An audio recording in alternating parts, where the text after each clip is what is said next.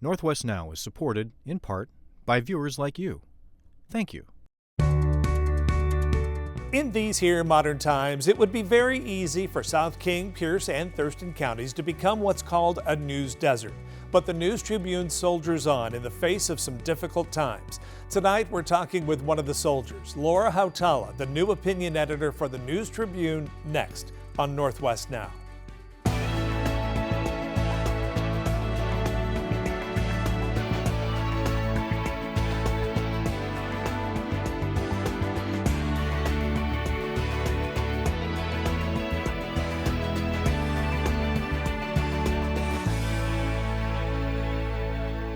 I really can't do this program tonight without addressing just a strange and distressing collection of circumstances at the News Tribune when it comes to the untimely deaths of a number of the paper's most prominent and not at all elderly staff members. But in recent years, columnist Dan Vopel passed away, along with food maven Sue Kidd. Same with longtime editor Randy McCarthy and reporter Craig Saylor. Then, of course, we lost Matt Driscoll in July of 2024, who was the youngest of them all. While I don't have some great overarching point in mentioning this as background, I at least wanted to say their names. So tonight we meet the new opinion editor, Laura Hautala. Laura's job as the opinion editor is as the chief cat herder of the paper's editorial board that produces consensus statements on the issues and candidate endorsements.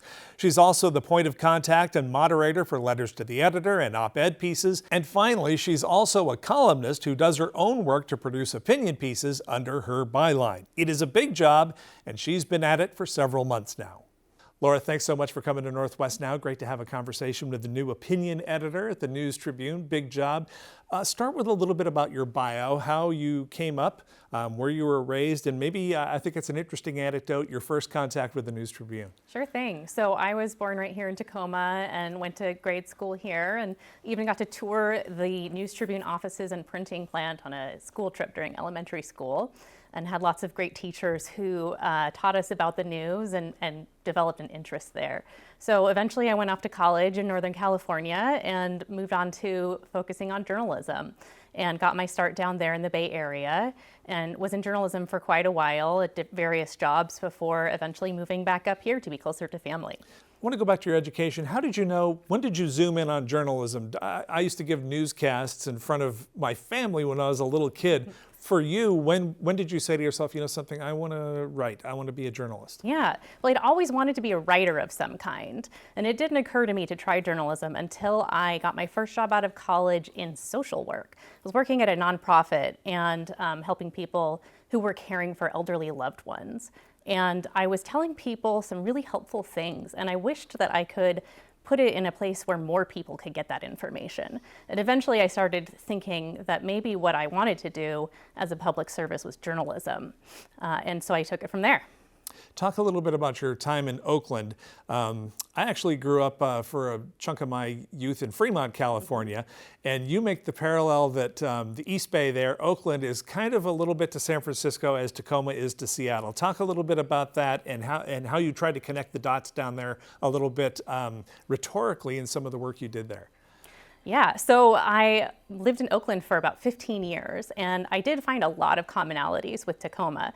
The way that it's a really cool city with lots of industry and arts and working class people, and I think what we would call grit, and the way that it's sort of a little sibling to the bigger city, San Francisco.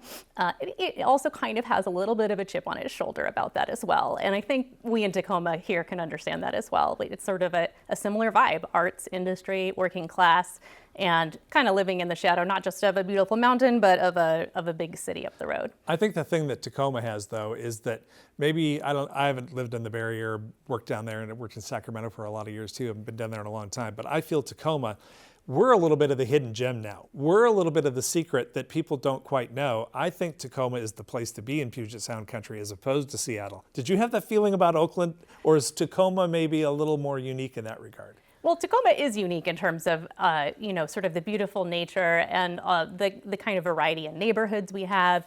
I would say Oakland is also a bit of a hidden gem, and one of the big secrets is that it's much faster to get to downtown San Francisco for your day job from Oakland than it is from a lot of San Francisco. But I will say San Francisco is, of course, a lovely place to be, as is Seattle.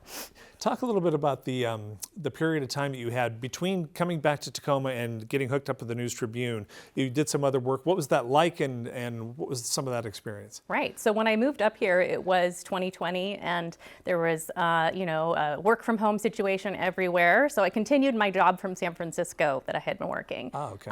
I was working at CNET, the tech publication, and I had been covering cybersecurity and online privacy for a while, about 5 years. And then after I had decided to move to Tacoma, the job for covering the Amazon and e-commerce beat opened up. And so because I was going to be close by and had experience there, they offered it to me. So I kept working for that company remotely for a couple years. And then I moved into some more freelance work for a year or so before then moving to the News Tribune. Yeah. What was it like when you landed the job at the newspaper you visited as a kid? It must have been a weird moment. Gratifying, but also kind of strange.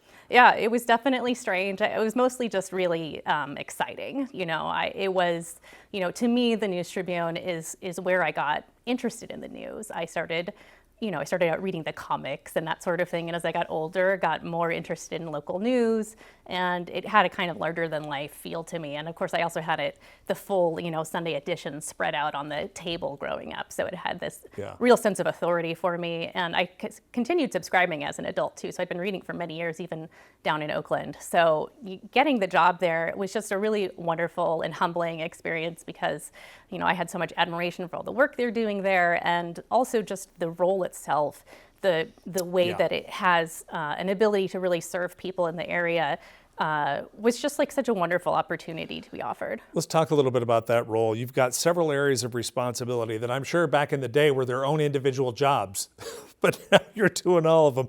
Newspaper editorials, candidate endorsements, managing Herding the Cats for op-ed and letters to the editor. Oh, and by the way, also writing your own column under your own byline. Talk a little bit about writing those consensus statements. It seems like a little bit of a nightmare to me. If I was in your role, I'd be trying to train AI to do that. Tell everybody to say what you think, let AI do that while I'm doing my own column and my own thing. I'm sure you can't do that, but how do you approach all that? That's right. I can't do that. I do have to do it myself. I approach it like I would any news story where I'm kind of summarizing the opinions of experts. But in this situation, I'm summarizing the opinions of the editorial board.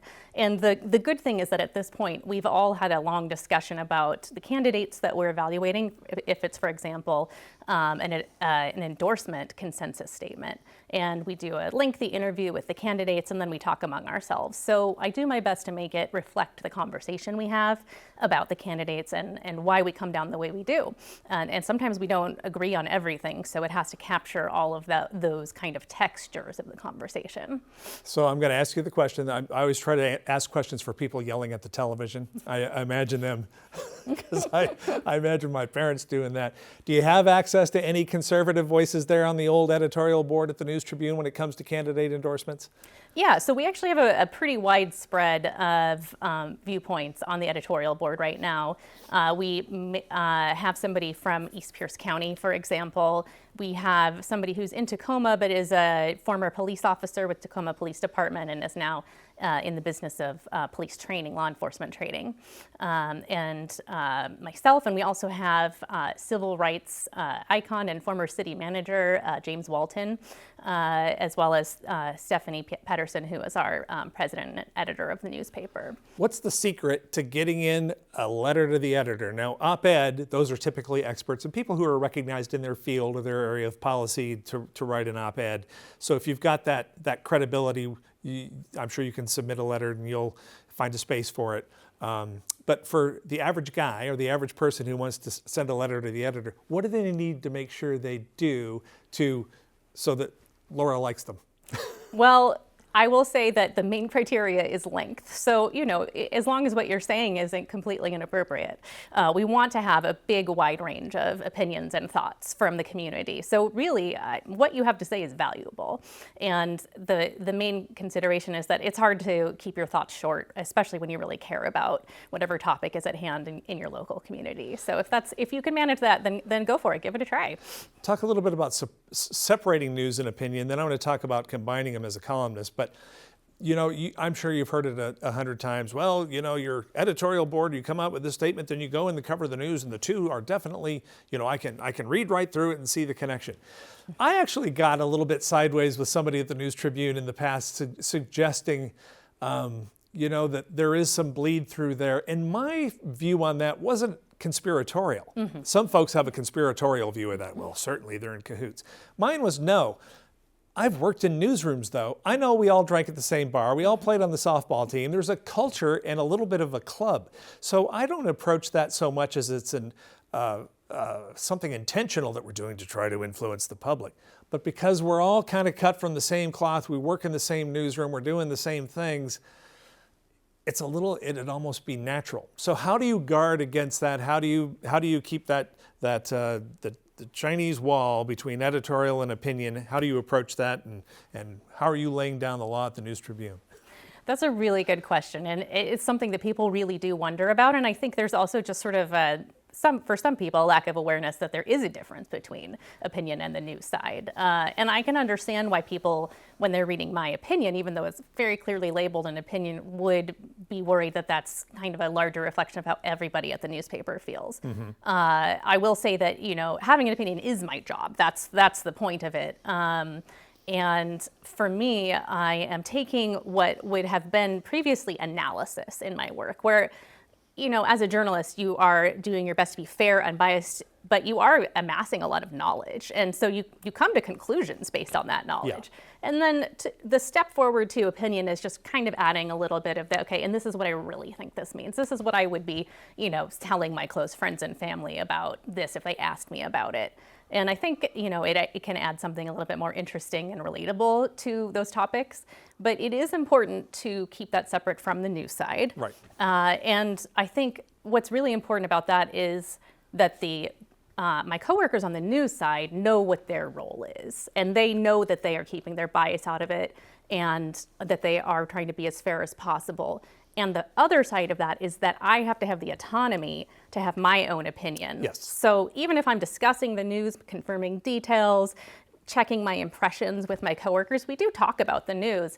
They have zero input on what I say at the end of the day. Right. They're gonna, if I get something factually wrong, they'll tell me, and I appreciate that. But yeah, it's about me having autonomy and really just being a separate department of one.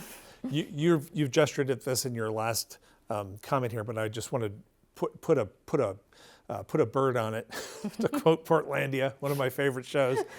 But I think the best column writing, though, too, is informed by the news. So yes, you can write a column and you do something about what a beautiful day, or the hummingbirds are out, or something where it's just you free flowing, and it's a column in a small newspaper. The best stuff, though, when it's your full-time job, really taking a look at the news flow, what the important facts are out of there, and then, like you suggest, integrating that analysis that you come up with, and at the end of the day, the conclusion that you come to, but its backbone, its skeleton, is in the news and a fact set that everybody agrees on.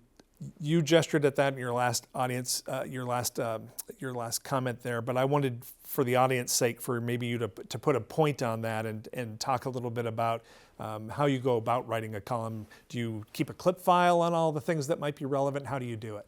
Yeah, I mean, essentially, yes, I have a giant spreadsheet with topics that I think are important, and I follow the news on them and kind of add them up until they turn into something with a full story to tell. I think that, and this is how I went about gathering news as well, because when you write a feature story, you have to know kind of the trend of what's happening in addition to just sort of the latest news. And so you really have to keep track of how things are developing, and then when you take all that information together, you have to get at the why. Why do I care about this? Why is this important? Why is this affecting people? And why do I need to tell people about it? So you take it from that topic to that sort of meaty, here's why this is important and why it might be affecting your life. And then, like you're saying, for the opinion piece, the why do you care is where you really have to explore, how does this make me feel? How does this make the people who are involved feel? What does this tell us about our world? And, what's sort of the obvious thing that would be unsaid about this in a news story, in my opinion? Have you ever been in a position at CNET or maybe when you're working where you've had to where the blowtorch has been pointed at you? Because that's part of a little bit of being a column writer too. Sometimes I'm sure line reporters maybe get some email feedback about something, but it doesn't generally occur to people, I'm gonna torch the reporter on that story. But they sure as heck think that about the columnist. So have you experienced that before, and how do you manage it? Yeah, I mean, surprisingly, you would think that internet security would be more of a technical topic that doesn't get people riled up, but actually it really does, and it involves a lot of emotional topics, especially when you're talking about privacy, and how you feel about the government's role in, intelligence gathering, and it even involved law enforcement and the information that law enforcement gather through technology. And so there's a lot of emotional topics there. And anytime there's an emotional topic, somebody's going to reach out, especially in this day and age where it's so easy. Your email's right there in the byline. So yeah, I mean, I think that generally, maybe you relate to this. My go-to is thank you for reading, because if they're writing, they've read the story, and I really appreciate that. In fact, somebody yesterday commented on a story criticizing a word I used in the second to last paragraph, and I was so happy. That, oh, you read the whole thing. I really appreciate that. Look at that engagement. Yes. Right. And that to me is the point. And I feel like you can tell what people care about in their comments, and if you can speak to the heart of that in an answer that's civil, then I think you can just have a good discourse, or maybe they'll never answer again, and that's the end of it for them. You wrote in one of your introductory columns that you really want to take a good faith approach to this whole thing and consider both sides. And my immediate thought when I read that was, if there were only two sides, wouldn't that just be so handy? And your point is well taken there. But how do we let's have a discussion a little bit about both sidesism. There's always that trap that I think journalism can fall into where, well, it's fair because we discussed both sides. Is there a both sides to Pizzagate? Is there a both side to chemtrails? Is there a both side to certain crimes? Not really. So how do you approach this idea of staying away from just rote both sidesism? Hey, I discussed them both, I'm good. And also evaluating the validity of arguments.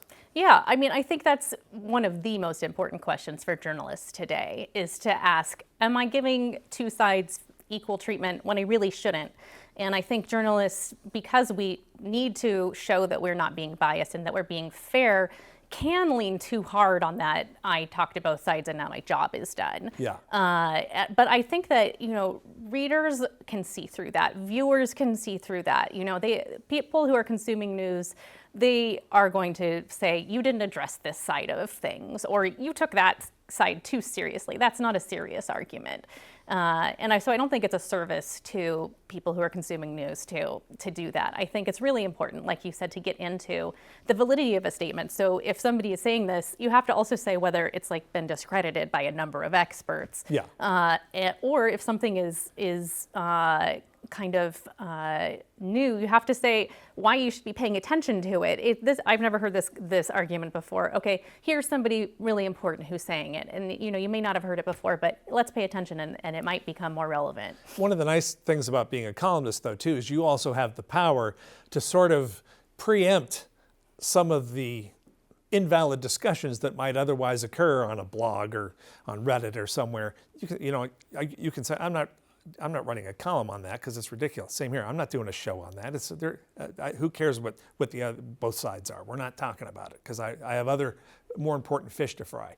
So being selective a little bit, not only story selection in news, but topic selection in column writing, I mean, that is a lever that you can definitely push and pull and make sure that you're talking about the good stuff. That's kind of nice. Yeah, it is nice. It actually makes the job a little bit more interesting for me because I don't have to I'm always thoughtful with the facts and I want to be careful, but I feel a little bit more free, and it makes my expression just a little bit freer and easier when I can say, I'm not really taking this argument seriously, quite openly, and here's why. I'm going to give you a good reason why, but I'm not going to kind of blunt it. I'm going to be really honest about it. You wrote in one of those introductory columns too, part of loving Tacoma is wanting more for it. Just a quick reminder, you have been here for 5 years before you got this job, and grew up here. So I as opposed to somebody moving here from Tucson and writing a prescription for Tacoma, which I don't think would be valid. I think you do have some valid views to share there. So then I put that to you. What is the more for Tacoma? What does Tacoma need, and is there anything that you can see out there that you might champion? That's a really good question. Yes, so I think where that comment was coming from for me was this idea that plenty of people will criticize Tacoma from the outside, whether you're, still believing in the aroma of Tacoma. Every time. That is such a pet peeve of mine. Oh, I'm like, man, dude, pay attention. Yes. I can tell you haven't been here in a decade. Go away, come back another day. No, it drives me crazy. Yes. I'm right with you. But others might make a criticism based on something that's beyond that, passing through I-5 kind of remark. But you really do need to be from here and not just be writing Tacoma off. And I mean, even if you're not from here, you need to be here, and you need to genuinely care about the people here. So that's my starting point. And then in terms of what Tacoma needs, I mean, I think it's pretty clear all around us that economic opportunity is what we need in Tacoma. And how we get that and what that will look like to make sure that everyone has access to it, and that opportunity is shared by all. I don't have a specific prescription for that, but it's what I look for. I'm going to whisper, light rail to Tacoma. I'm really excited for that. I'm not holding my breath because I know it's going to be a while. I joke that I'll be able to visit my kids in college when it finally opens, and they're quite young now. So, what did you notice, though, with that said, what did you notice on your return? Because the city and the South, and let's say the South Sound, changed substantially in those years between when you went to school and when you came back. Yeah, that's right. And I will say, of course, you always look at something differently as an adult as when you were a kid. But the city has a different energy. It has, I would say, more energy. Just more people kind of, I think, inherently brings that. But I've gotten to see more of the art side of Tacoma, more the creative side, and just I feel like there's a real will among people who are trying to make it here to really make it in Tacoma, to make Tacoma something really great for everyone. Looking at the business of journalism, what's going on with newspapers and ownership and news deserts and hedge funds coming into the mix and all those great topics. More fundamentally than that, when we talk about journalism, can journalism still make a difference? Do you still believe in the power of a strong story? Do you still believe in the power of newspapers? Do you still believe in being able to be a substantial voice in a community that needs change? I think the answer is definitely yes. I think there's probably the fact that the reach is smaller, just by virtue of the fact that fewer people are consuming the news. Fewer people are reading newspapers and consuming other forms of news, which is really unfortunate. But absolutely, individual stories have a lot of power. I've seen it in every place that I've worked at, whether it's a small website, an alt weekly, a legal newspaper, and a very widely read tech website. A story that points something out. There's just something about saying, hey, here's the situation here, and getting into the details and why it matters. Just having that out there, it motivates people to do something about it. Mm-hmm. And I'm going to give you a chance here. This is just naked promotion and a chance for a naked promotional message. What are you working on? Do you have any special projects you're doing? Talk a little bit about your spreadsheet. What's on your list of things that you're following? Sure, yeah. So a pretty big range of things on my spreadsheet, of course, because my remit is all of Tacoma. But in the short term, I'm looking at fire. I'm going to get this right. I'm looking at Freight House Square. Yep. because talking about light rail, it's been selected as the location for the light rail station to go to up north.